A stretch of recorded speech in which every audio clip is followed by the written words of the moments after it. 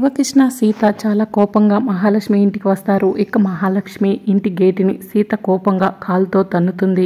ఇక దాంతో gate open అవుతుంది. ఇక సీత చాలా కోపంగా ఇంట్లోకి వెళ్తుంది. ఇక అప్పుడే గౌతమ్ హాల్లో సోఫాలో పడుకుని ఫోన్ చూస్తూ ఉంటాడు.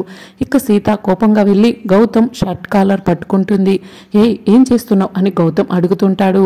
మా సుమతి అత్తమ్మ అరెస్ట్ చేపించింది, నిన్నేనని తెలిసిపోయిందిరా అని సీత గౌతమ్కి చెప్తూ ఉంటుంది. ఇక దాంతో గౌతమ్ ఒక్కసారి షాక్ అయి సీత వైపు అలానే చూస్తూ ఉంటాడు. ఇక సీత తన చేతిలో ఉన్న గన్ను తీసుకుని గౌతమ్కి గురిపెడుతుంది. ఇక అది చూసి శివకృష్ణ ఒక్కసారి షాక్ అవుతాడు.